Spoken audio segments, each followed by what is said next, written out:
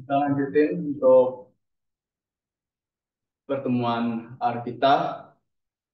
Sedikit recall lagi bahwa kelas ini tujuannya untuk lebih ke practical R, khususnya yang financial analysis. Nanti di pertemuan terakhir, nanti akan saya ajarkan mengenai analisis-analisis teknikal sederhana yang cukup sering digunakan di dunia keuangan. Itu tujuannya. Tapi sebelum kita bicara ke pertemuan selanjutnya, ada baiknya kita masuk ke materi yang ketiga, yaitu mengenai basic visualization, atau bagaimana kita nanti menampilkan sebuah cerita dalam gambar untuk data-data keuangan. Jadi silakan bisa di-download filenya terlebih dahulu, kurang lebih sama seperti kemarin ya.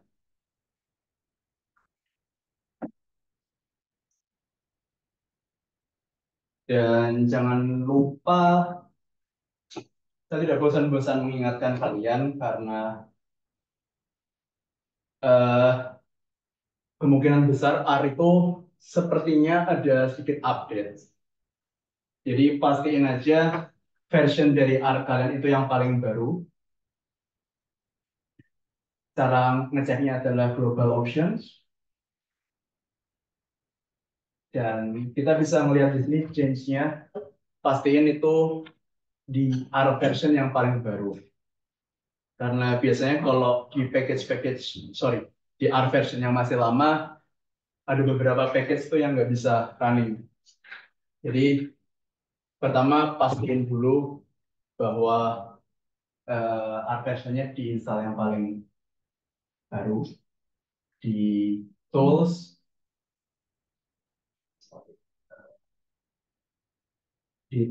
dan global option.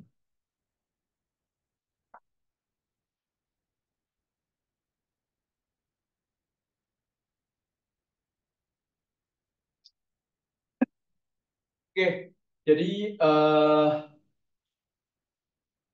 pertemuan ini aku nggak pengen cerita banyak, cuma ada 3 outline yang aku garis bawahin. Yang pertama itu what is good story, yang kedua nanti package ggplot, dan yang ketiga itu tidyquant. Jadi intinya adalah package-package ini sangat relevan untuk kita bercerita, berstorytelling, eh, dalam apa ya, menceritakan data-data keuangan itu sesuai analisis kita. Jadi yang pertama aku cuma mau bilang, mungkin aku akan dimarahin dosen ekonometri, tapi aku selalu bilang bahwa good story resonates more than econometrics. Di realita, pada akhirnya cerita itu yang akan didengar. Storytelling yang akan diperhatikan, kemampuan kalian public speaking, slides yang bagus, data yang cakep dilihat, itu lebih baik daripada econometrics pada akhirnya. Nah, gimana? Itu nggak salah tadi gitu kan? Mortality mungkin. Oh, iya iya, sorry, ini mortality harusnya. Tapi poinku bukan itu. Eh, ini ada salah satu grafik ya. Eh, ini aku nggak bikin pakai R, tapi pakai Stata. Kira-kira grafik atau visualisasi yang bagus itu kira-kira seperti ini. Yang pertama the title, headline-nya itu jelas apa. Dan aku kalau membuat title atau judul atau bold statement, atau kalau anak sekarang mungkin kira-kira judul yang clickbait itu apa? Itu selalu terakhir. Jadi setelah tahu datanya kayak gimana, kira-kira kalau ada analisis ekonometri running dulu, baru terakhir aku bikin title. Karena yang selalu pertama dilihat oleh audiens itu title. Jadi pastiin sejago mungkin kalian bikin title yang clickbait biar lebih enak. Jadi, sorry, ini masih tadi, thank you banget udah ngoreksi. Ada sedikit kesalahan, ini mortality ya. Kira-kira story yang pengen aku angkat di sini adalah korelasi antara mortality sama GDP per kapita. Kira-kira hubungannya gimana? Dari sini, orang awam pun tahu bahwa semakin tinggi mortality rate, ternyata GDP per kapita growth ini cenderung apa ya? Stagnan ya, bukan positif, bukan juga negatif. Jadi story yang di sini eh, apa yang pengen angkat? Apakah nggak ada ekonometrinya? Tentu ada. Tapi aku selalu bilang bahwa good story resonates more than econometrics.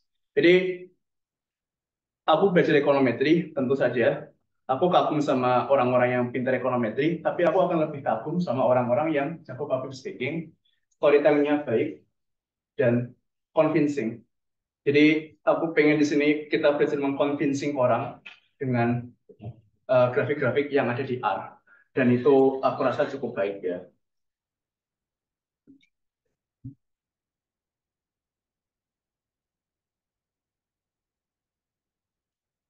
Jadi kenapa aku bilang visualisasi itu bisa bercerita banyak? Mungkin pada akhirnya kemampuan kalian ngobrol tuh atau public speaking itu yang akan dilihat ya. Tapi kadang-kadang orang tuh nggak ngelihat kalian tuh siapa. Kalau kalian bukan orang yang bisa diketik di Wikipedia, orang cenderung nggak akan dengerin. Tapi kalau visual, orang tuh pasti akan cenderung lebih melihat. Jadi visualisasi itu pada intinya adalah kita memberikan informasi ke audiens, siapapun itu. Jadi mereka tahu konteksnya itu apa. Kayak tadi, aku pengen bercerita korelasi antara mortality rate sama GDP per kapita growth. Itu sangat clear, message-nya clear. Karena kenapa? Kalau misalnya kita ngambilin data, tabel, ataupun sesuatu yang masih kotor dan belum diolah, kita nggak tahu itu tuh apa. Kita nggak tahu pattern-nya apa, siklusnya apa, trennya apa. Jadi audiens tuh nggak tahu. Jadi ini aku pengen menginsist kalian bahwa ekonom tuh harus pandai storytelling. Kalau ada kesempatan public speaking, ambillah saja, melatih kalian untuk adrenalinnya biar keasah.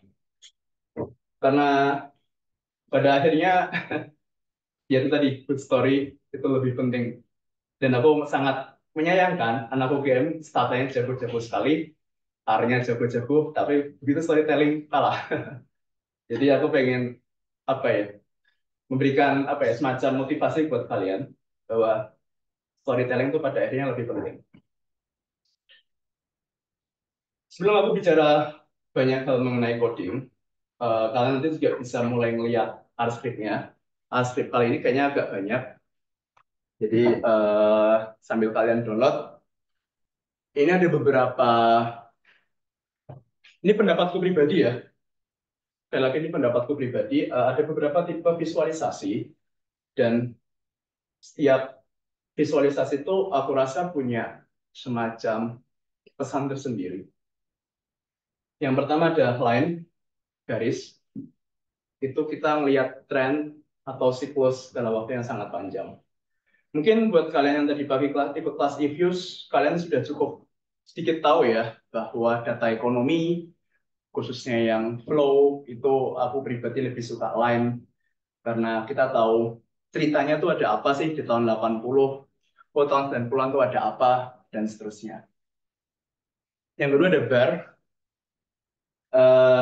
itu aku pribadi untuk mengkomparasi ya, atau bisa juga untuk variabel-variabel yang tipenya stock. Kita udah bahas di pertemuan sebelumnya, kalau nggak salah, scatter plot, itu tadi kita udah, sorry, yang kelas reviews mungkin udah pada tahu scatter plot. Aku selalu meng-scatter plot sesuatu kalau aku pengen melihat kira-kira hubungannya apa. Sebagai konteks, grafik yang pertama ini scatter plot. Dan scatter plot akan lebih bermakna kalau ada line-nya, ada garis relasinya itu seperti apa.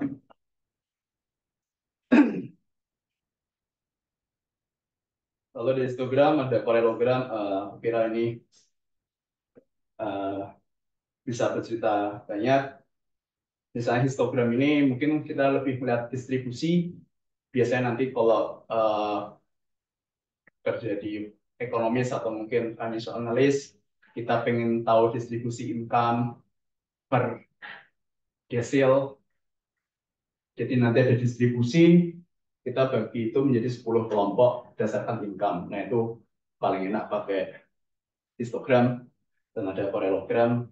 Sebenarnya masih banyak lain dan mungkin ini subjektif aku pribadi bisa aja punya subjektivitas yang lain. Oke, itu tadi pentingnya storyline. Jadi aku menekankan sini, pokoknya kelasku ini gimana caranya kita bercerita, nggak cuma coding. Nah, ini adalah ggplot. Eh, Ini grafik atau sorry, package mengenai grafik yang paling bagus ya di R. Salah satu yang paling bagus. eh Sebelum aku masuk ke program, aku jelasin singkat.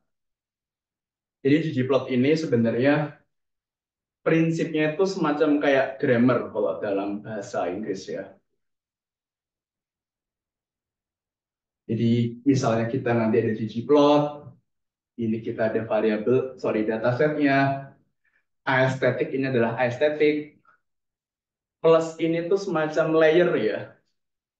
Jadi ggplot itu prinsip kerjanya seperti layering. Kalau anak-anak IE yang anak video, biasanya tahu layer Photoshop itu kayak apa. Ada layer estetik, ini nanti mengenai sumbu segala macam. Ada layer bentuk, sorry, bentuk grafiknya apa. Ada layer ini label, ada layer tema, dan sebenarnya masih banyak layer lain. Tapi aku ajarin basicnya dulu. Intinya kayak gitu mengenai grammar dari ggplot. Juga kita langsung masuk ke area aja.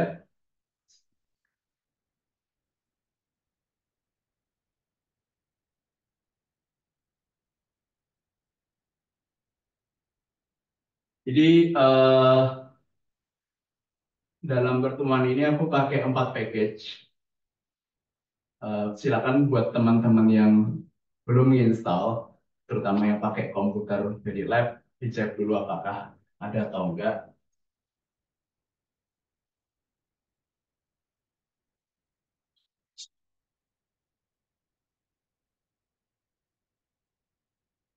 Jadi sebenarnya poin utamanya adalah ggplot ini untuk masalah visualisasi.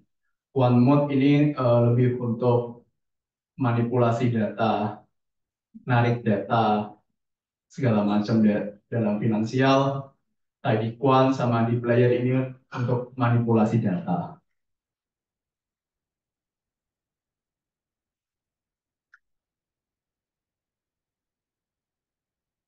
Oke, jadi yang pertama aku coba import data yang built-in di R, MPG. Coba kita klik view. Ini cuma sekedar pemahaman mengenai data ya. Jadi sebelum kita mau menampilkan, kita mau ngarang cerita, grafik ini mau ngapain sih tujuannya, ada baiknya tuh kita ngelihat datanya seperti apa. Ya, jadi kira-kira MPG ini eh, tentang mobil ya, bentuknya seperti apa, terus modelnya apa, tahun berapa buatnya, kelasnya apa, intinya klasifikasi mobil lah.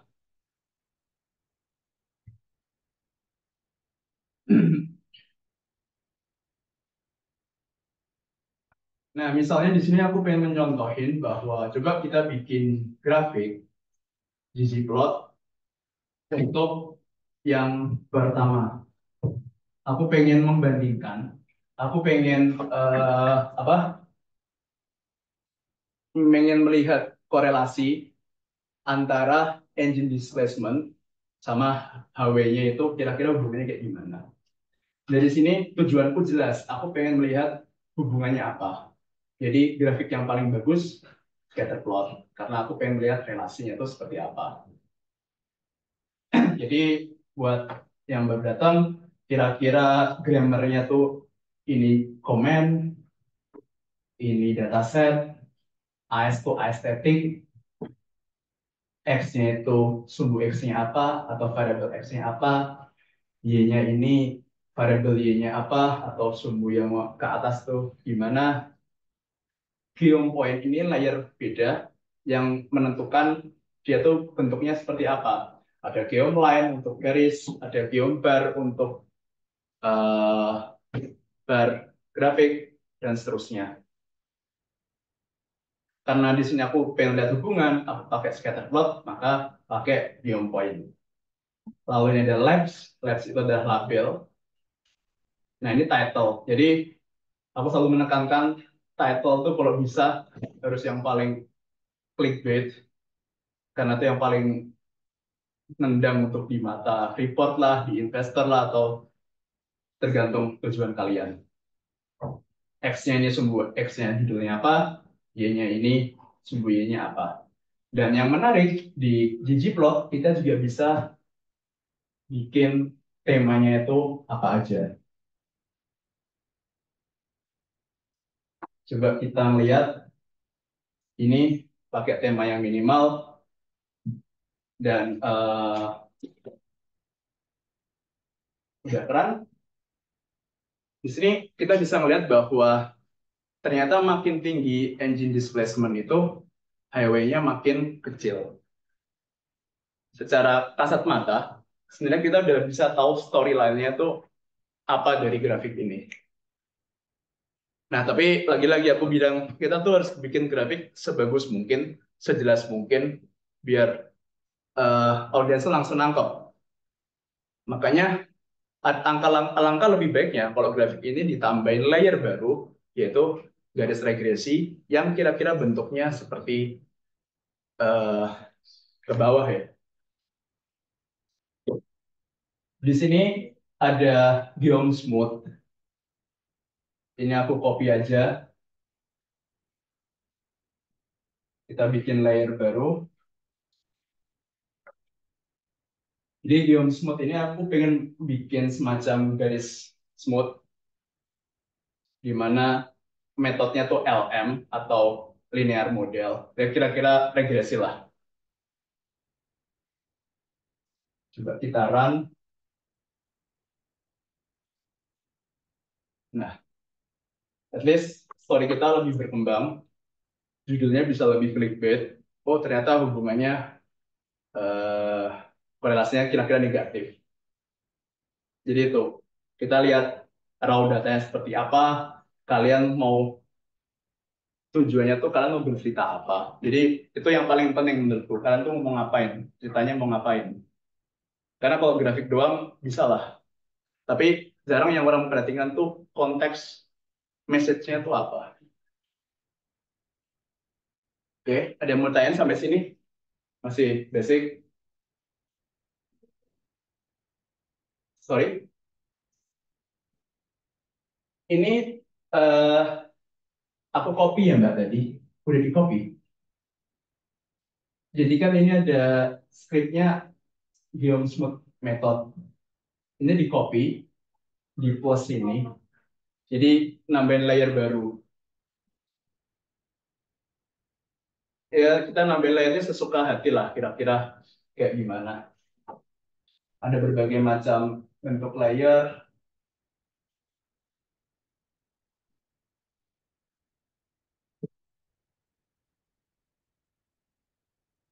Sampai sini mungkin masih standar ya. Nah, sekarang coba kita pakai konteks data keuangan. Eh, Coba kita recall kembali caranya obtain data dari Yahoo Finance. Kita bikin variabel baru, ada TQ get, kita masukin kode, aku konteks pakai bank BCA, get stock price.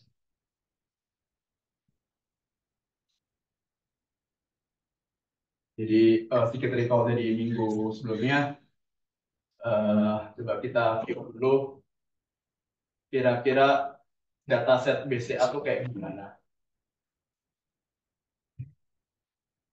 Nah, jadi kira-kira seperti ini datasetnya yang aku download pakai OneNote package. Ada simbol, variabelnya ada simbol, ada waktu, ada open atau harga pembukaan jam 9 pagi kalau Indonesia, ada high, jadi selama satu hari itu dari jam buka sampai jam tutup dia tuh harga tertingginya berapa, ada low yang paling rendah, ada harga penutupan.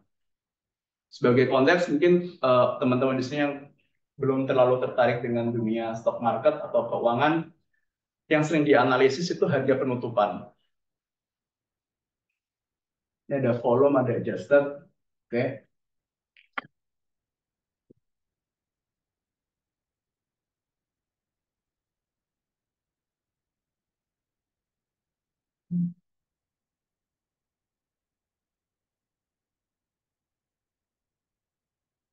Nah, coba kalau kita misalnya plotting secara sederhana, itu kan sebenarnya kita bisa melihat kira-kira seperti inilah.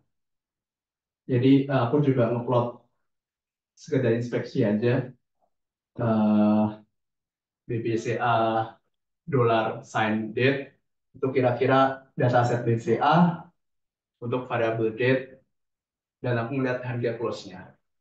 Tapi lagi-lagi grafik kayak gini kan nggak menarik. Jadi kita coba bikin sesuatu yang estetik, lebih estetik lagi. Dan tadi aku bilang kalau kita ini preferensiku ya. Kalau aku pengen, jadi story yang pengen aku angkat adalah aku pengen ngelihat harga BCA ini dalam jangka panjang. Jadi tadi kalau aku sesuai preferensiku pribadi, aku lebih suka ini sesuatu yang berbau line. Jadi aku coba gambar dia pakai line. Jadi di sini aku bikin variabel baru, misalnya P line sama dengan BCA, pipe operator, jangan lupa aku akan sangat sering pakai pipe operator. Intinya dalam dataset BCA ini aku pipe operatorin biar masuk ke fungsi ggplot, aesthetic, geomeline, karena aku pengen melihat tren atau siklus jangka panjang ceritanya. Oke, aku bikin keyline. Coba kita panggil keyline-nya seperti apa. Nah ini masih sederhana sih sebenarnya. Ini juga sebenarnya kita bisa mainin beberapa tema ya.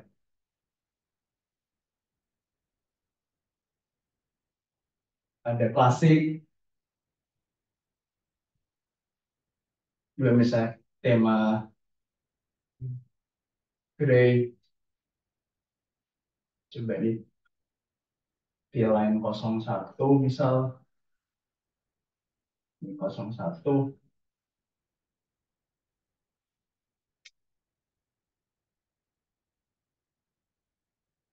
Nggak jauh bisa ternyata. Tapi biasanya kita harus download package-package lain untuk biar apa namanya grafiknya itu lebih estetik. Sekali lagi penampilan tuh cukup penting untuk visualisasi data. Nah, tapi ternyata untuk analisis pasar saham keuangan, grafik line seperti ini nggak cukup ya. Jadi karena tadi ada beberapa komponen kayak harga pembukaan, harga tertinggi, harga penutupan, dan seterusnya. Jadi sebenarnya kita ubah line-nya itu sebagai semacam candlestick namanya.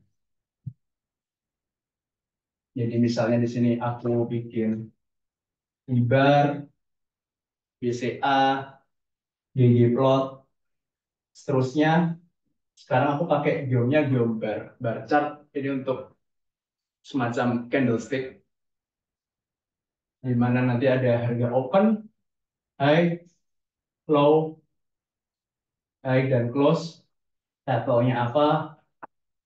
Juga kita run dan juga kita panggil.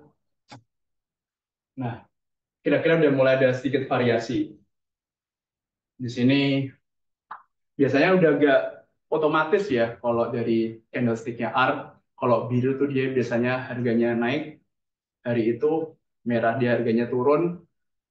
Dan kita di sini kalau di zoom ini nanti semacam candlestick, harga tertingginya berapa, harga terendah berapa, terus semacam candlestick lah kira-kira seperti itu. Ini masih sederhana juga.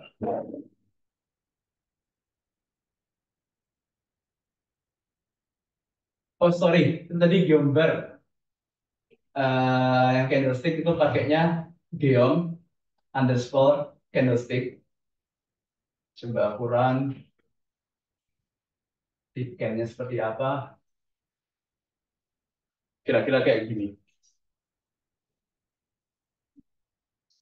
Hampir sama lah kurang lebihnya. Tapi at least di sini storyline-nya adalah aku pengen ngeliat dinamika harga saham itu dalam tren waktu jangka panjang. Jadi bagusnya sebenarnya lain, tapi karena dia ada fluktuasinya, aku kasih candlestick. Dan ini mungkin kalau kalian tertarik stock market atau finance, grafik-grafik seperti ini tuh yang paling sering kita jumpai di keseharian. Sampai sini ada yang mau ditanyain dulu.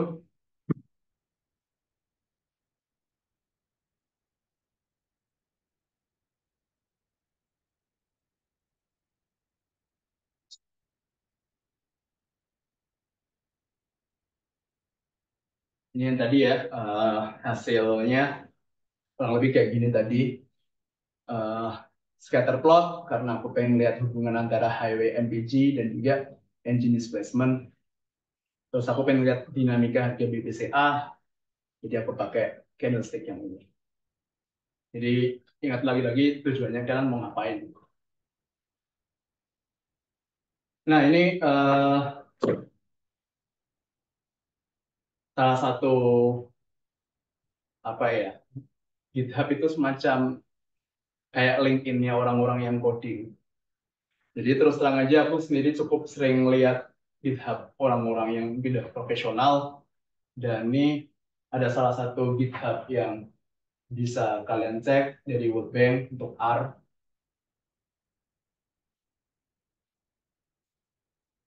Sangat bisa untuk belajar, sangat bisa untuk kalian copy paste, untuk kalian terapkan di grafik-grafik. Jadi misalnya tadi aku yang ini yang bar plot,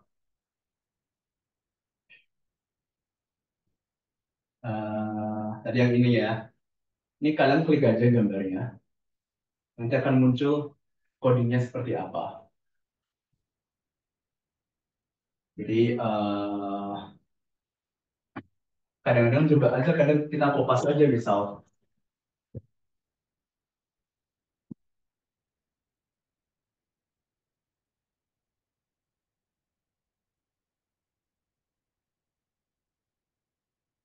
Kita bikin R script baru ya.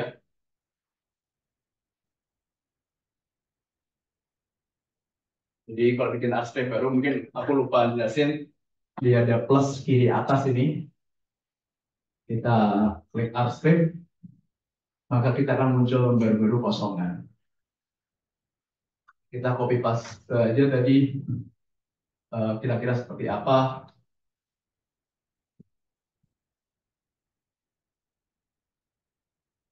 Oke,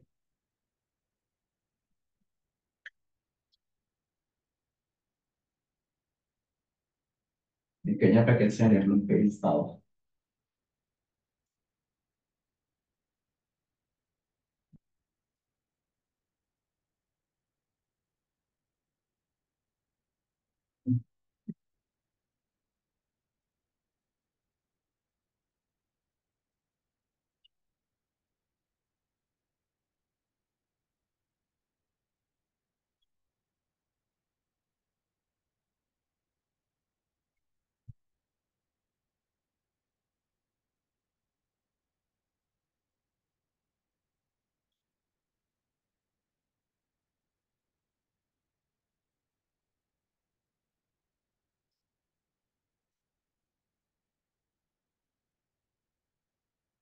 Jadi untuk kayak seperti GitHub ini kita harus memperhatikan apa namanya eh, package-package-nya ya.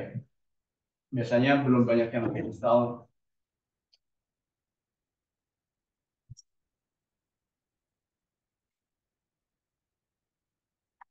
Jadi aku install Pacman, WDI, sama Forecast.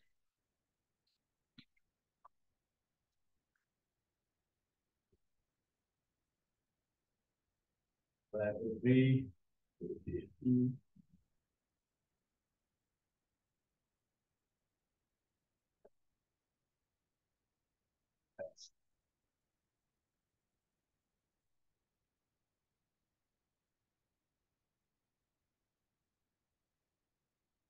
Nah, akhirnya kita bisa ngerun ini di R kita. Kira-kira kayak gini. Jadi ini kita bisa nyontek lah kurang lebih programmernya Woodbank. Mereka biasanya udah punya estetika yang cukup apik lah. Udah bisa present kemana-mana, jadi bisa kalian copy paste saja. Tapi jangan lupa biasanya kalau GitHub itu kalian ngelihat awal codingnya. Jadi kadang-kadang itu harus install package, harus input datasets, itu yang perlu kalian lihat. Dalam kasus grafik ini, harus install 3 package, itu Pacman, WDI, sama Forecast. Jadi pokoknya kalian tinggal main-mainin aja sesuai kebutuhan kalian.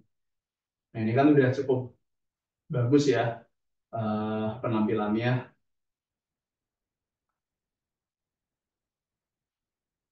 Tapi ini biasanya untuk grafik-grafik ini udah advance. Jadi alangkah lebih baiknya kalau aku juga ngajarin basic-basicnya untuk grammar-grammarnya kira-kira kayak gimana. Ini tadi contoh grafik eh, yang coba kita tiru, meskipun nggak sama persis ya. Kayaknya ada package-package yang mungkin aku harus download atau apa. Nah, tuh. Ini juga di kanan ada apa ya ini? Eh, Kira-kira semacam histogram, tapi kayak bentuk line.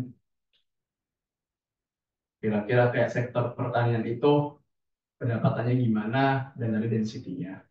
Jadi kalian bisa explore sendiri di webnya GitHub atau dimanapun itulah sesuai selera kalian. Tapi saranku adalah coba cari GitHub dari institusi-institusi yang profesional yang mereka memang udah punya standar tersendiri untuk visualisasi data. Misalnya aku pakai Ubank karena memang mereka untuk storytelling itu sangat aku akuin bagus.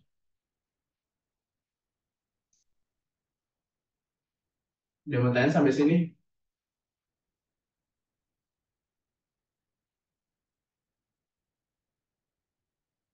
Tadi segmen itu PACM. Eh, Sebentar, mana itu dia? Nah, jadi di atas ini bisa ada keterangannya, Mas. Dia menginstal download package tadi harus tadi first, tadi first dia punya WDI sama Forecast. Terus ini ada Pacman juga. Jadi harus teliti baca awal-awal programmingnya tuh kayak gimana codingnya.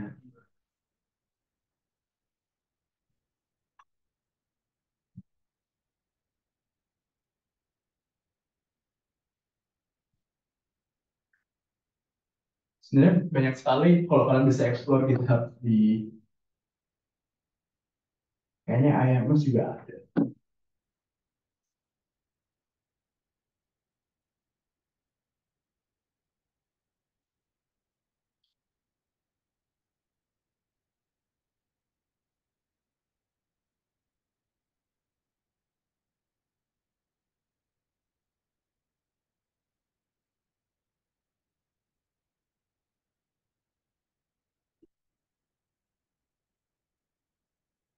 Jadi bisa kalian coba explore-explore sendiri untuk GitHub. biasanya banyak sekali orang yang upload mereka lagi ngerjain apa, eh, analisisnya gimana, dan yang paling penting sih sekarang untuk visualisasi data. Jadi aku nyobain pakai Woodbank. Kalau misalnya kita pakai scatter plot,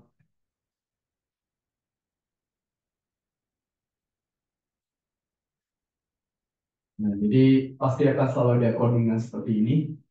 Dia package yang dibutuhin itu apa tadi? First, Heaven, Forecast, Skyplot, terus ada tagnya. Aku juga belum terlalu tahu.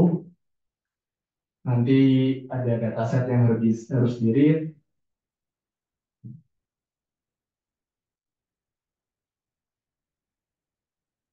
Nanti bisa kalian edit sesuai data kalian.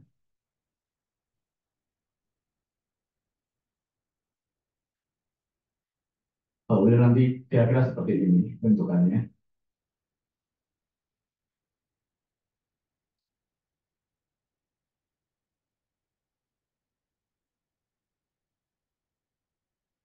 Ini error di eval match itu apa ya? Gimana, Mas? Error in eval dalam kurung match.com.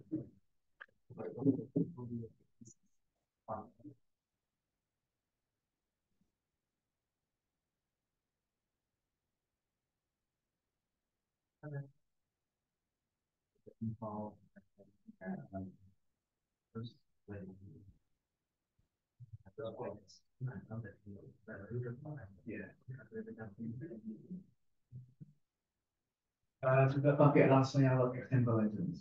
Oh, oke. Coba juga ini di sampai terus. Kamu.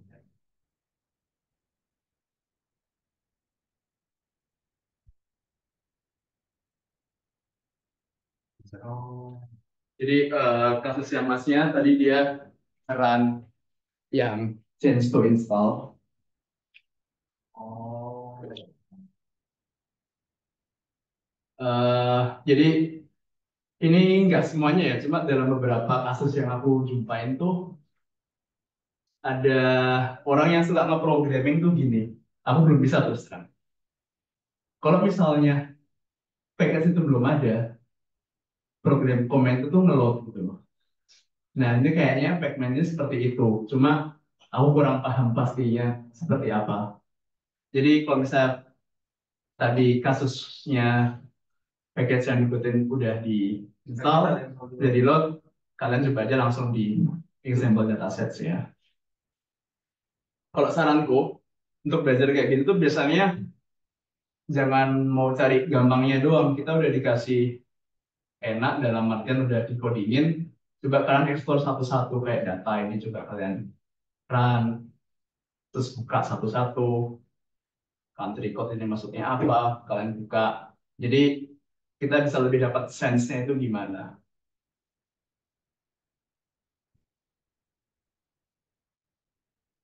Cuma kalau kita tarik garis besar ya, benang merahnya ya kurang lebih kayak gitu tadi. Grammar ggplot plus plus plus itu nanti kita nambahin layer sesuai kita. Cuma lagi-lagi yang nggak ditampil di coding adalah dia tuh mau story-nya kayak gimana. Yang paling penting.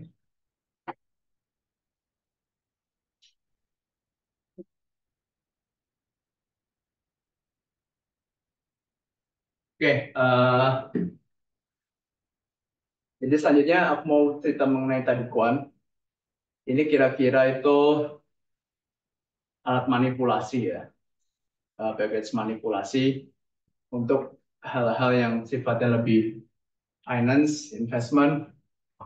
Jadi ada beberapa keunggulan untuk package tadi Kuan. Aku cuma mau apa namanya ngasih tahu aja. Yang pertama kita bisa akses lebih mudah untuk yang jauh finance, Fred St. Louis, dan beberapa database lainnya yang sifatnya publik. Terus yang paling penting adalah integrasi sama Tidyverse. Jadi Tidyverse ini kan sebenarnya manipulasi data yang cukup basic ya, di Arc udah built-in. Kadang-kadang kalau kita menginstal package yang sifatnya sama, itu tuh ada beberapa yang tumpang tindih gitu loh. Jadinya error. Nah, ini tadi Quant tuh bisa ngatasin itu.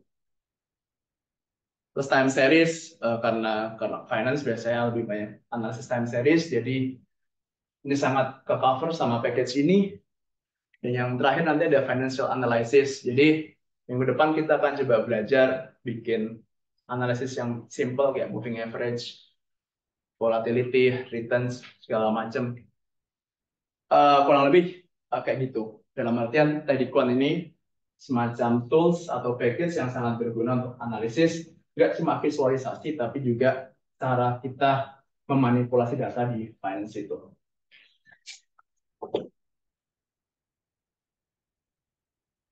Nah, jadi kita kembali ke R script yang week 3. Jadi gini, tadi kita udah manggil tadi quant ya di library. Kalau yang belum bisa dipanggil atau mungkin diinstal. Ini aku cuma mau ngasih tahu aja. Jadi untuk yang komentar di Quant, ini tuh dia fitur yang menurutku cukup menarik adalah dia tuh bisa download semua stock markets yang diindeks S&P 500. Coba kalian terang ini, S&P. Jadi dia tuh nge-retrieve data semuanya di stock markets. Tadi aku kira-kira butuh waktu berapa ya? Setengah jam kali ya. Jadi nggak usah di run sampai full. Buat teman-teman yang udah terlanjur ngeran, di sini biasa ada, kalau kalian lihat nanti biasa di sini ada merah-merah. Nah, di, ini ada merah-merah. Kalau kalian udah terlanjur ngeran yang setengah jaman lebih itu kalian klik aja. Ini buat kalian coba di rumah aja kalau pengen ngeran. Tapi ini ada fitur yang menarik, jadi dia nge-recall semua data di stock prices atau Yahoo Finance yang S&P 500. Ini karena tadi aku punya waktu lebih selama nunggu kalian, aku udah ngeran dulu, nanti akan muncul variabel S&P 500. Nggak tahu berapa lama ya, mungkin setengah jaman. Karena aku tadi tinggal cukup lama, kalian nggak usah ngeran, kan run di rumah aja. Cuma aku pengen ngasih tahu.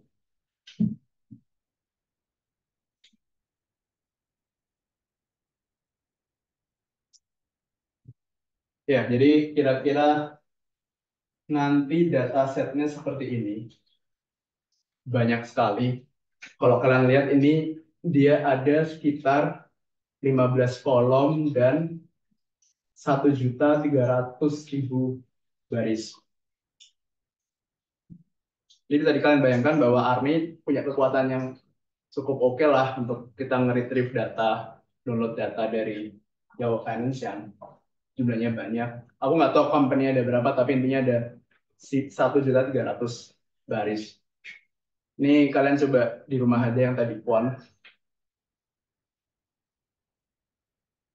Dan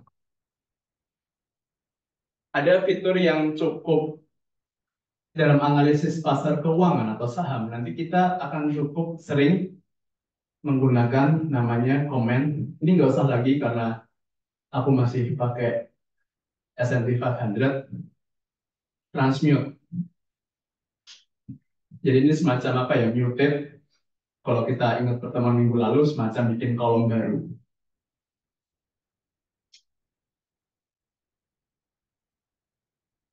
Jadi nanti kita bisa menghitung return, kita bisa menghitung moving average, kita bisa menghitung volatility dari stock prices yang kita selected menggunakan fitur ini.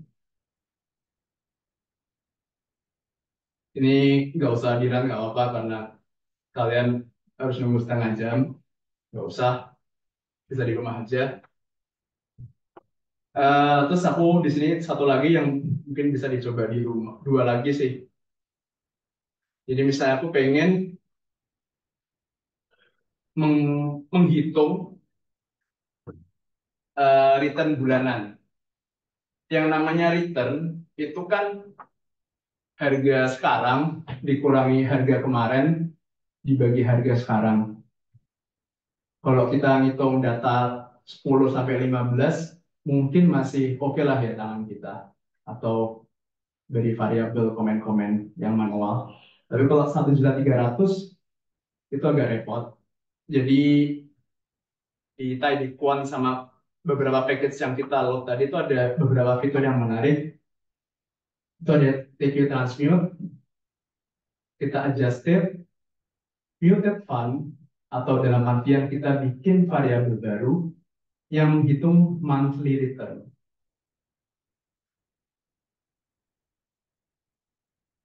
Aku ulangi lagi. Jadi S&P 500 aku grouping berdasarkan simbol atau harga saham. Karena kalau nggak diginiin nanti dia menghitung returnnya semuanya. 1.300.000 tuh nggak ada bedanya gitu. Padahal kan kita cuma peduli return saham per simbol atau per company. Jadi aku grouping. Ini pertemuan minggu lalu, aku thank you transmute fitur-fitur untuk ya intinya aku tuh pengen membuat kolom baru yang menghitung monthly return. Ini nggak usah dicoba, aku langsung aja. Ini sama, tapi periodnya yearly dan arithmetic.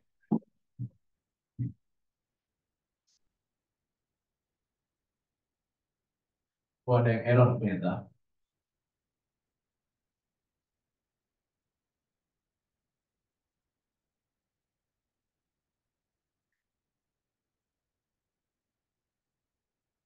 Ini karena aku udah download jadi lebih simpel ya. Tapi aku nyaranin kalian coba di rumah.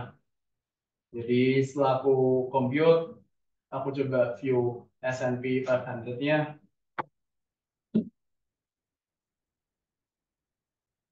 Eh,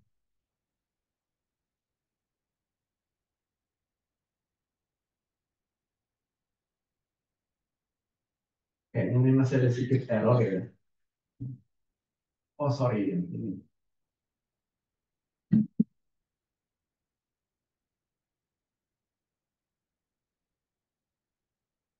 S&P annual.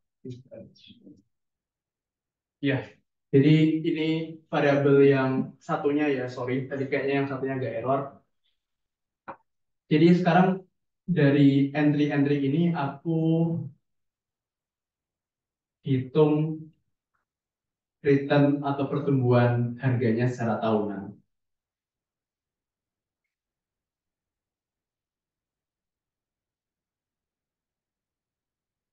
Jadi dari 1.300.000 baris data tadi itu di semacam disederhanakan karena dia ngitung tahunan, jadi datanya lebih dikit.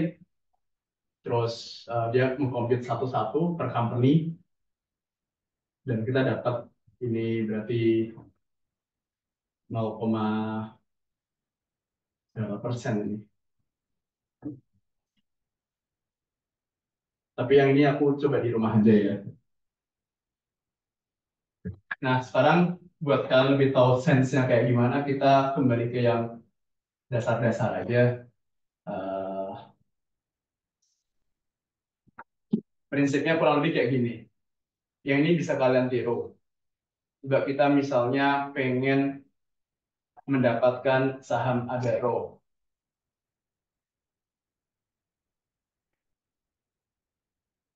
Ini kalau kita manual satu-satu ya. Kira-kira ini ada harga, sorry ini ada simbol, ada tanggal, ada open, high, low, close, volume adjusted. Ini satu company aja.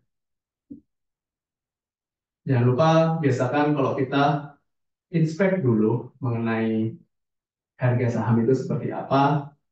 Tadi kita udah tahu cara bikin T-line, kita panggil T-line 2-nya, ya kira-kira kurang lebih kayak gini lah untuk harga sahamnya. Sampai sini ada yang mau tanya dulu mungkin atau malah bingung? Kita kembali ke awal lagi, kayak tadi, inspect pelan-pelan, karena harusnya aku mencontohkan pakai yang langsung banyak dataset, tapi aku rasa itu makan waktu, jadi aku sekarang bedahnya per company ya, untuk menghitung return, bukan seperti yang tadi. Itu tadi kalau kalian ada kepentingan untuk analisis large datasets, yang itu bisa aja mungkin terjadi, tapi sekarang aku pelan-pelan satu-satu per company. Nah, di sini kita tahu bahwa dari dataset Adaro itu kolomnya cuma ada 1, 2, 3, 4, 5, 6, 7, 8 sampai adjusted. Tapi aku peduli sama return karena aku pengen menghitung returnnya dia tuh seperti apa. Jadi di sini aku pakai bikin Adaro, type operator, mutate, atau aku bikin kolom baru, returns, nama variabelnya, itu sama dengan selisih dari Adaro close sama leg Adaro close atau sebelumnya dikali 100.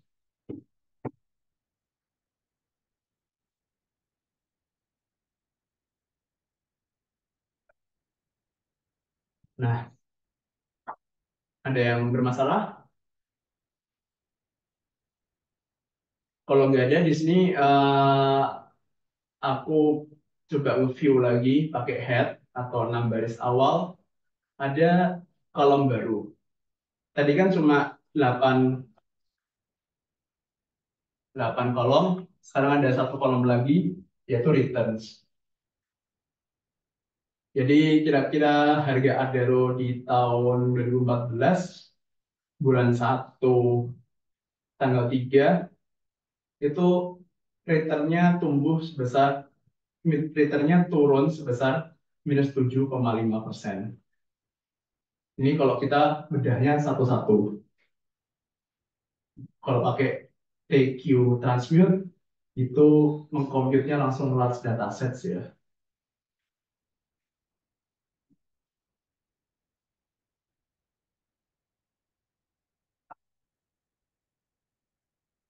Nah, kadang-kadang dalam analisis saham, untuk pertama kalinya, kita tuh lebih peduli sama yang namanya returns. Oke, harga tuh penting, tapi kita lebih peduli returns. Investor lebih peduli cuannya tuh seberapa persen. Jadi, alangkah lebih baik kalau kita di sini memvisualisasikan kira-kira returns-nya tadi itu seperti apa.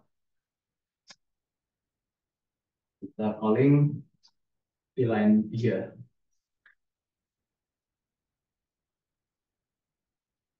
Grafiknya sebenarnya nggak terlalu bagus ya, dalam artian kayak nggak jelas gini. Tapi kira-kira ini adalah volatilitas, sorry, kira-kira adalah gambaran dari return saham Adaro itu selama periode sampel kita. Ini sebagai tambahan aja ya. Jadi kalau misalnya kalau kita belajar ekonometri atau technical analisis yang kuantitatif itu tuh ada kecenderungan bahwa pada akhirnya return saham itu semacam random walk ya. Kalau kalian pernah dengar di makroekonometri atau ekonometri, random walk itu intinya kayak ya return pada akhirnya pada akan bergerak di sekitaran nol. Jadi kalau kalian dapat return 10% atau 15%, aku menganggap itu hoki. Kadang-kadang kita nggak hoki, apes, bisa aja kita pasang saham -15%. Jadi dalam jangka panjang, kalau kita main investment analysis itu ada kecenderungan random walk. Dan ini personal preferensi ya. Aku sendiri berpendapat bahwa pada akhirnya kita jangan berusaha lebih pintar dari pasar. Pasar akan selalu lebih pintar dari kita. Bisa aja di tahun 2015 aku menang. Saya kayak kemarin, aku Donald Trump menang, pasang Tesla, return 30% bisa aja. Tapi bisa jadi di tahun selanjutnya aku coba invest lagi, trading lagi, kalah. Jadi aku lebih percaya bahwa in the long run tuh pada akhirnya return tuh bentuknya kayak gini, kayak random walk bergerak di sekitar 0%. Nah, kalau kalian tertarik di dunia investment banking, gimana caranya kita memaksimalkan chance hoki kita? Jadi kayak timing is everything, kalian harus masuk tahu kapan, kalian harus keluar kapan. Itu kalau kalian tertarik di investment banking, dan itu biasanya eh, technical analisisnya sangat luar biasa, research kerjanya luar biasa, tapi cuannya juga luar biasa kalau yang tertarik. Tapi ini aku menjelaskan basicnya aja, bahwa ternyata return kalau divisualisasikan, diceritakan, itu kira-kira bentuknya hampir semuanya akan seperti ini.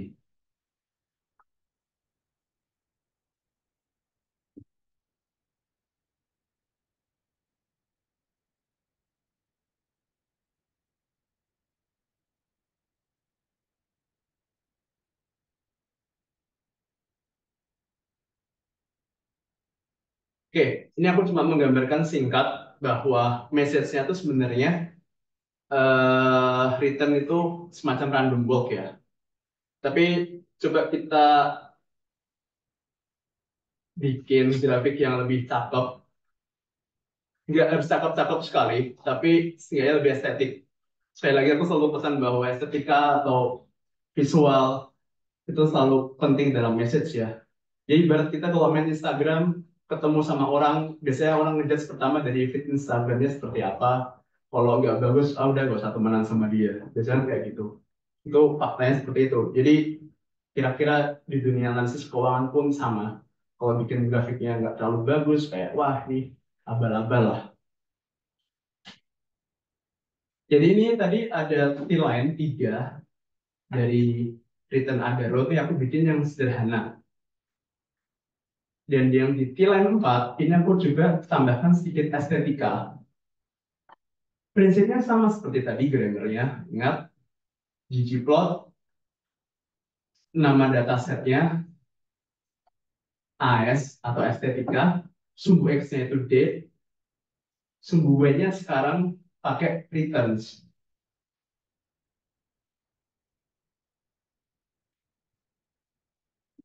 Dan ini aku pakai biome line untuk bentuk grafik line, karena aku pengen lihat dinamika jangka panjang. Story-nya aku kasih color navy, aku kasih size 0,8. Nah, tapi aku juga mau ngasih tambahan biar storyku lebih jadi. Jadi kan intinya aku pengen menyampaikan pesan bahwa in the long run, grafik ini kalau kita tarik garis sumbu itu akan kira-kira horizontal di 0%, return 0%. Jadi aku bikin garis baru, diagonal line atau horizontal line di intercept 0. Line type yang aku kasih dash untuk membedakan dari line awal yang cenderung solid. Aku kasih colornya merah, aku kasih size-nya 0,8, aku tambah layer baru lagi untuk label, title-nya ada stock returns, sumbu X-nya itu date, sumbu Y-nya itu return. Aku kasih caption untuk data source-nya dari mana. Aku pakai tema klasik, base size 15, ini bisa kita ekspor sendiri-sendiri.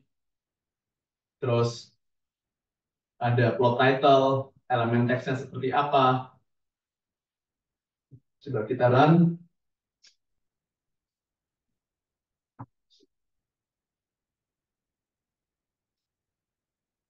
Nah, jadinya aku punya, ini nggak terlalu bagus ya sebenarnya, ya. Masih bisa lebih bagus lagi. Cuma eh di sini aku cuma menyampaikan bahwa kita bisa bermain-main dengan nambahin layer-layer baru. Tadi di sini aku nambahin layer geometri, edge line, horizontal line. Aku pengen ngasih ini loh, horizontal line. Aku ngasih warna biru untuk ini, ya karena aku percaya warna biru tuh lebih enak di mata untuk membaca ya. At least buat aku pribadi. Sedangkan warna merah untuk mengkomparasi warna biru, jadi message-nya jelas. Aku kasih apa lagi? Caption ini untuk data source-nya kira-kira seperti ini. Terus ada elemen teks, plot teks. Ini semacam kayak tinggi, ini size. Ini bisa kita explore sendiri lah kurang lebih. Ada yang mau tanyain sampai sini?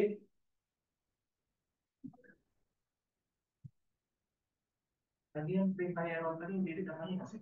Sorry, Yang di line 2, di line 3. tilan 3.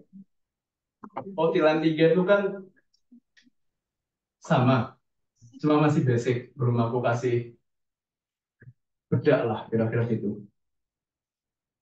Saya pakai perintah di line 2 udah ada error in plus labs gitu juga kayak dia di atas. Oh, iya. Sama, Mas. Ini kan cuma basic aja. Nggak. Ya, kalau kita ngupload foto di Instagram, filternya masih dikit lah. Editingnya. Nah, ini aku nggak bisa ngajarin kalau ada estetika tuh udah selera masing-masing ya, Mas. Jadi makin Masnya sering lihat report yang bagus tuh biasanya estetikanya makin bagus. Aku cuma ngasih basic-basic cara bikin codingnya kayak gimana. Aku sendiri juga masih belajar untuk bikin yang bagus pakai R ya. Jadi saranku tadi mungkin bisa ngeliat-ngeliat GitHub-nya Woodbank. Itu biasanya warna-warnanya tuh udah kayak mungkin udah dari setnya ya, misalnya kayak warna hijau yang ini bisa untuk nge-track apa, warna merah itu apa, fontnya juga apa. Karena kalau misalnya kita di dunia konsultan, bisa kayak BCG gitu, itu kan udah ada font khususnya apa, terus nanti slides-nya kayak gimana, itu udah ada semua untuk estetika. Ya harus banyak-banyak lihat grafik sih. Tapi poinku di sini adalah di line 3 tadi, contoh untuk eh, grafik yang masih sederhana, belum aku permak, terus aku permak yang di line 4, kita panggil ini. Sebenarnya lagi-lagi aku eh, grafik itu kan kita tergantung pesan apa yang ingin kita sampaikan ya. Lagi-lagi aku tahu cerita bahwa visual tuh storytelling tuh pada akhirnya lebih nendang daripada ekonometri. Aku tuh cuma pengen ngasih ini loh, horizontal line. Messageku tuh sebenarnya itu. Ya, nanti kalian bisa kasih judulnya mungkin lebih eye catching atau apa itu terserah kalian.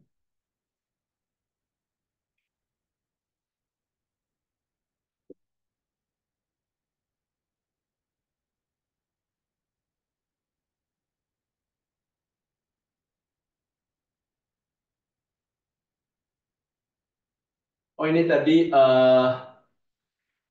yang tadi Kuan ya, waktu kita coba input atau download data dari S&P 500,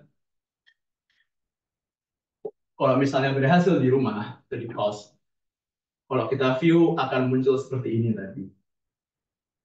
Kebetulan yang muncul paling atas itu NVIDIA, company NVIDIA, nanti ada variabel company, identifiernya apa, intinya komplit lah.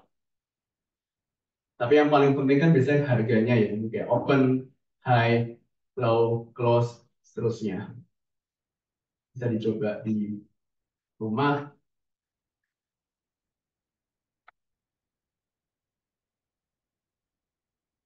Ini tadi kita coba. Oh, satu lagi.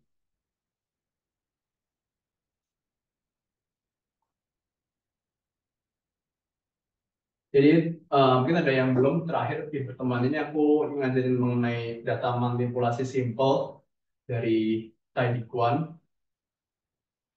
Misal kita pengen ngedownload saham Apple pakai TQGap. Aku cuma peduli di tahun 2023. Jadi from-nya 2023 1 Januari, waktu periode berakhirnya 2023 akhir tahun. Call kita view dulu seperti apa datanya, plot aja ya.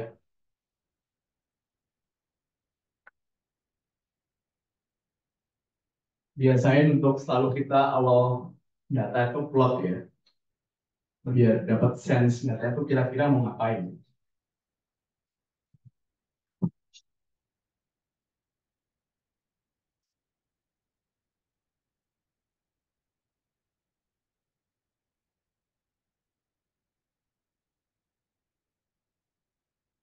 Ya kurang lebih kayak gini plotnya.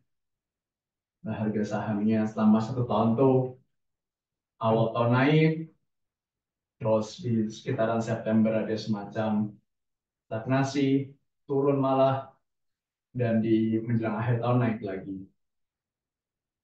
Ini harga closingan.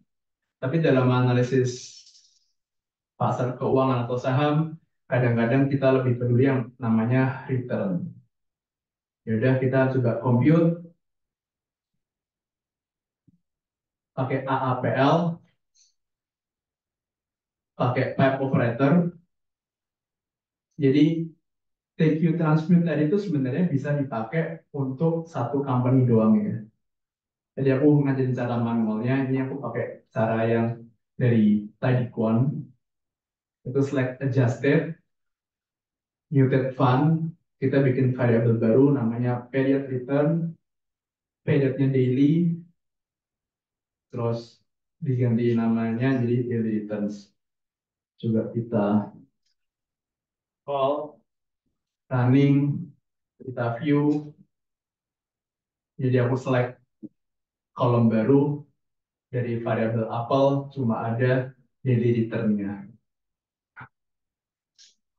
Jadi di awal tahun dia sempat naik 1%, turun 1%, dan seterusnya dan seterusnya.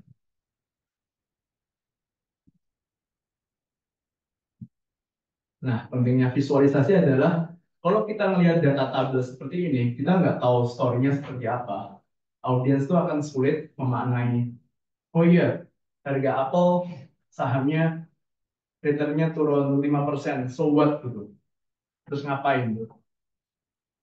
Nah, at least dalam visualisasi kita bisa melihat itu secara lebih big picture-nya seperti apa ya. Dinamika naik turunnya. Aku bikin di line 5 juga. Terus ini ada di line 5.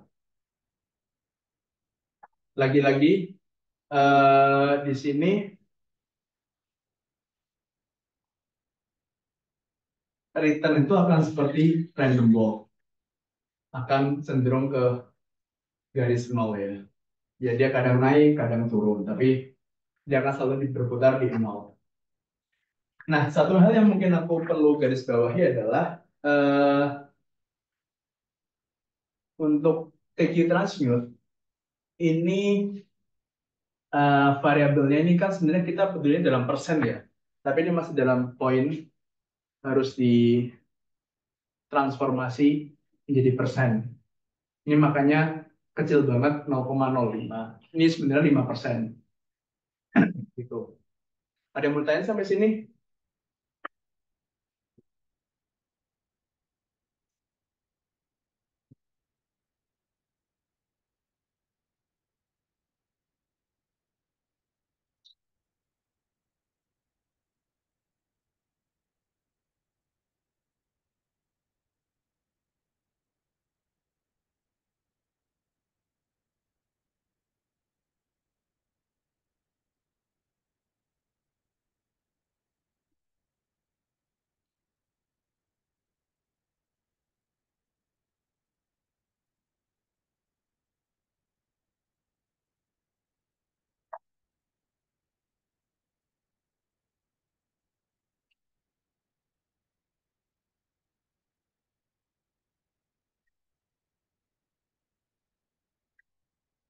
ini tadi soal return ya. Jadi dalam analisis saham, pasar keuangan yang harganya sangat dinamis itu biasanya kita peduli sama return, dan satu return itu bisa bermacam-macam, bisa daily, bisa monthly, bisa quarter, bisa tahunan bahkan, itu tergantung. Tapi untuk konteks saham biasanya daily untuk para trader atau ya jual beli saham yang waktunya singkat. Tapi untuk investor-investor yang besar, biasanya mereka lebih peduli jangka panjang, jadi mungkin returnnya entah yearly atau segala macamnya.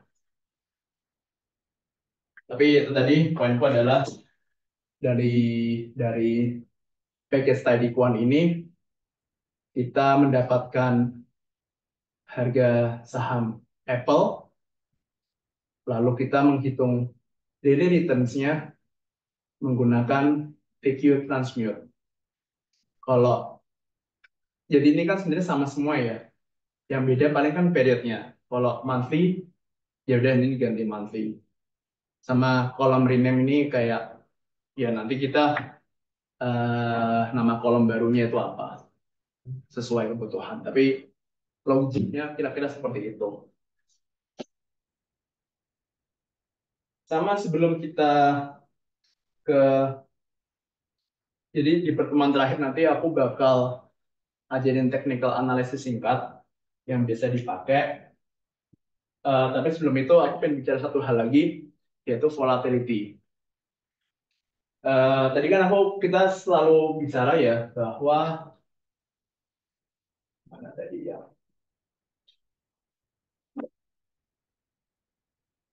Jadi kita tuh sebenarnya kita harus tahu nature dari pasar saham itu tuh harga saham tuh returnnya tuh endingnya jangka panjangnya tuh akan cenderung zero. Ada yang menang, ada yang kalah. Kadang kita menang, kadang kalah. Tapi satu hal yang mungkin jarang tuh gimana kita bisa memanfaatkan naik turun ini dengan benar. Atau nanti kita bicara mengenai volatility. Volatility kayak naik turun naik turun naik turun. Jadi makin pintar kamu, makin canggih analisismu tuh kamu pandai mendaki ini. Ombak naik turun kita harus ngapain? Ya kira-kira kalau kita seorang pelaut, kita tuh tahu gitu loh. Aku tuh selalu mengandaikan ekonom seperti pelaut ya. Dia harus pandai membaca arah angin, rasi bintang, membaca ombak. Tapi yang jelas kita punya tujuan. Jadi kira-kira nih ilmu-ilmu membaca ombaknya tuh menggunakan aspek volatility.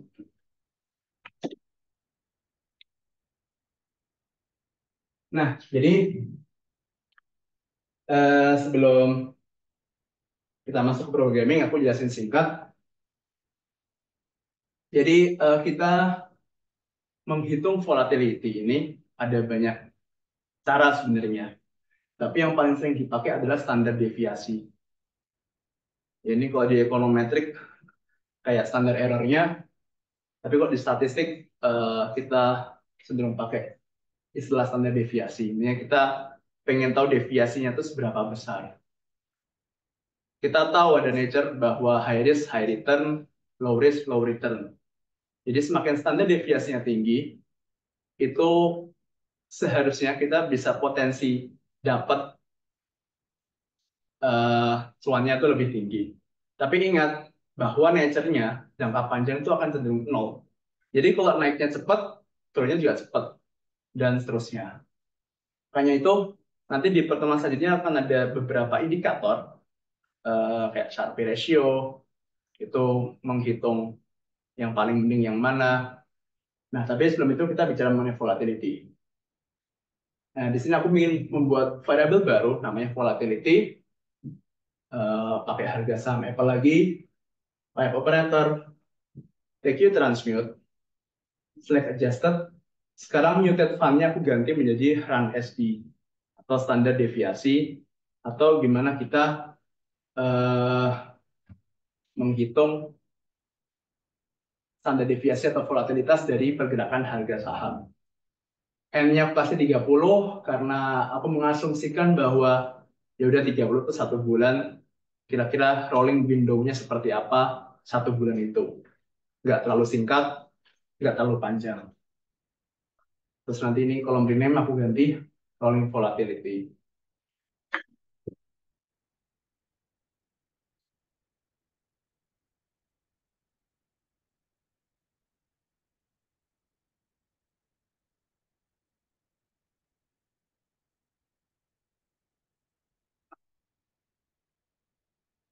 Sebentar, kayaknya ada salah.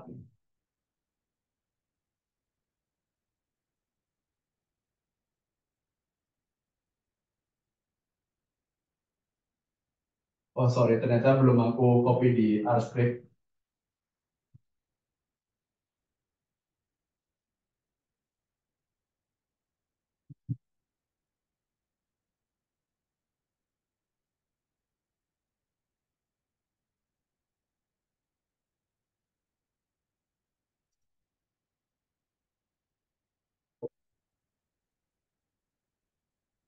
Jadi sorry, aku lupa itu R script. Coba kita run. Just,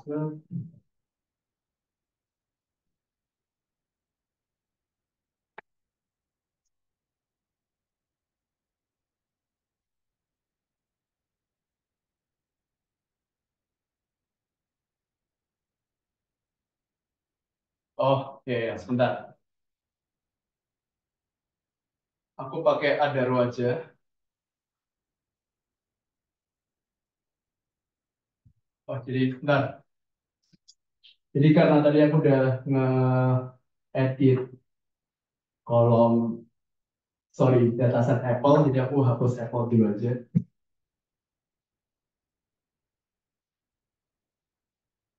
Aku hapus dataset Apple, aku obtain lagi tahun 2023, aku hitung volatility.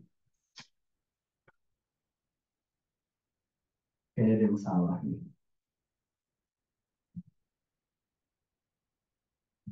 Ini kalau ini,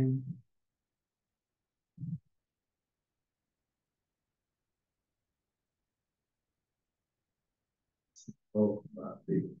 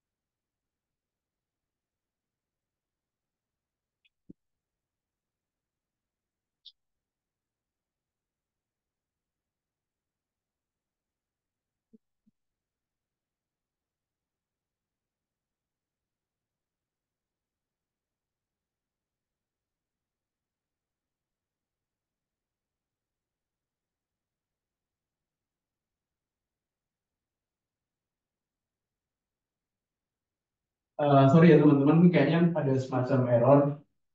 Nanti aku minggu depan coba kembali sama persoalan volatility ini. eh aku lagi coba cari tahu kenapa nggak bisa keren. Nanti ya, minggu depan aku balik lagi untuk aspek volatility ini. Tapi pada intinya aku cuma menyampaikan bahwa untuk melakukan analisis indikator volatility itu adalah salah satu hal yang perlu kita perhatikan. Ada yang mau tanya dulu sampai sini?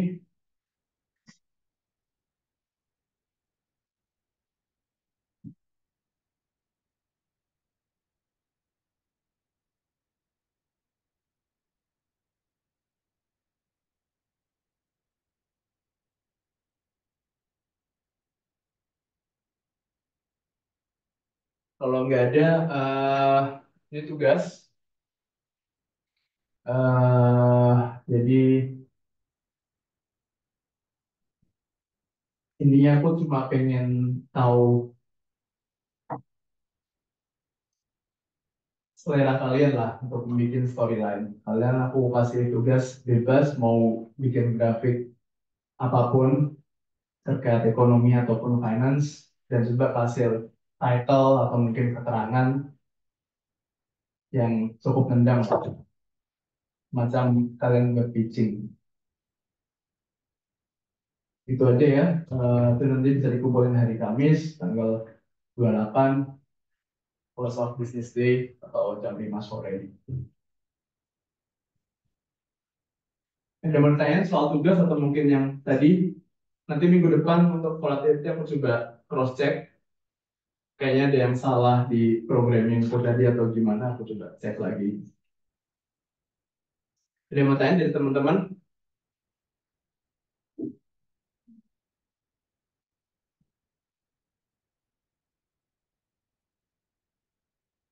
Kalau nggak ada, sekali lagi aku ucapin terima kasih.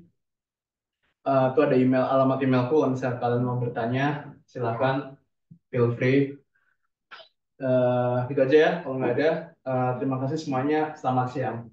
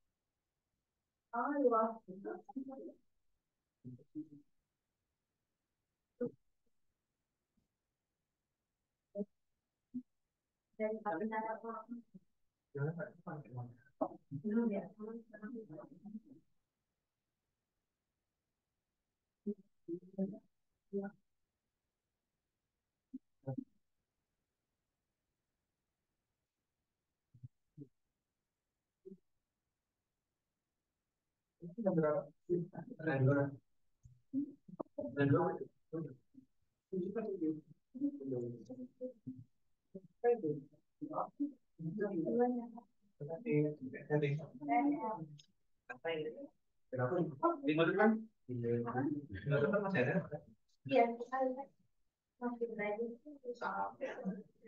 jadi sudah selesai. Oh iya, ada di ada juga di tapi ini kan diupload di itu YouTube kan. Dia mau dibikin. Iya. Gimana ya, Pak? Iya, ada. Iya, ada.